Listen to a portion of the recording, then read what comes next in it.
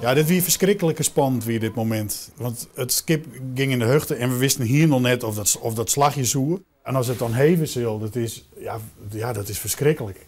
Maar verschrikkelijk mooi en verschrikkelijk spannend en emotioneel.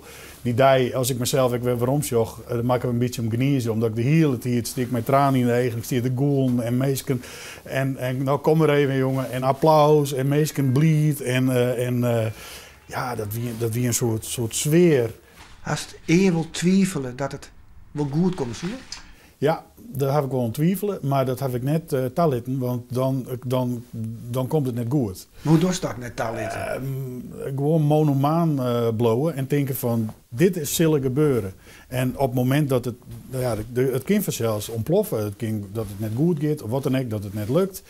Maar dat heb ik net talitten. En het is gewoon eegkleppen op en dit is het doel en dat zal. Ja, bliksem. Oh, dit is, oei, auw. Auw. Wetter in het roem. Ja. Skip wie lek. Ja.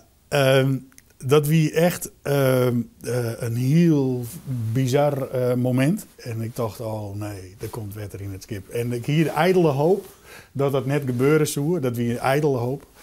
Maar dus is daar op een boot en al je enthousiasme.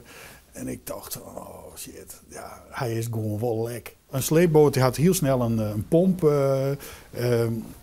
onboord gebracht, al varende ek. En ja, daar wil ook gewoon pompen en wat zo snel mogelijk stroom had. En de boeien, want de vlier moest er heel uit. Dus we zijn weken in de weekend bezig geweest om die boeien maar uit te krijgen, want die schiet eigenlijk heel goed vast. Hoe hoef je dat? Nou, Sjoop, ik kan altijd al zijn, wij willen met dat skip op reis. Maar ja, omdat het dwan, dan moet het wel even oors dan dat het weer. Dus we binnen nou met een ploegje meesken ben we bezig. Die boeien die hebben we nou hier als kleer dat er weer bewerken in. En dan komt een nieuwe boeien onder, maar wel degelijk. De eind van dit boordenproject, het skipproject, Schip in de Lading. Bestuurt dat dan ook de eind van de stadskunstenaar? Nou, dat is eigenlijk al zo. Want het is zo dat ik wie tot 1 september wie ik stadskunstenaar. En na de wetterlitting ben ik het officieel net meer. Dus dat het nou teruggaat, is gewoon op mijn eigen initiatief. Maar officieel ben ik geen stadskunstenaar meer. Maar het bestuurt wel dat jou op dit stuit dus heel dan geen stadskunstenaar meer had. Nee.